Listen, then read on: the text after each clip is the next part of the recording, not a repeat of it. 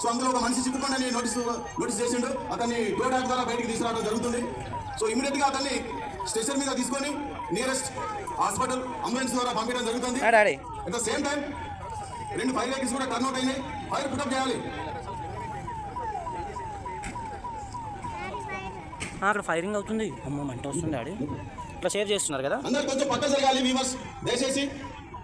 అమ్మో అక్కడ ఫైరింగ్ ని ఆర్పిస్తున్నారు. డాడీ కొంచెం పక్క జరగాలి వీవర్స్, కొంచెం పక్క జరగండి. డిఫరెంట్ ఎక్స్ట్రీమిస్ట్ మీడియా ద్వారా ఫైర్ కంట్రోల్ చేయడం జరుగుతుంది.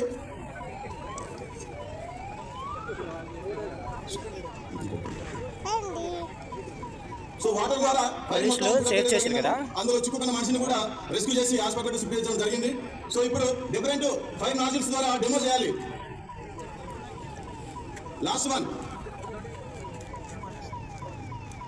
ఫైరింగ్ అయితే సేవ్ చేస్తారు. ఈ డెమోలని జరుగుతుందండి.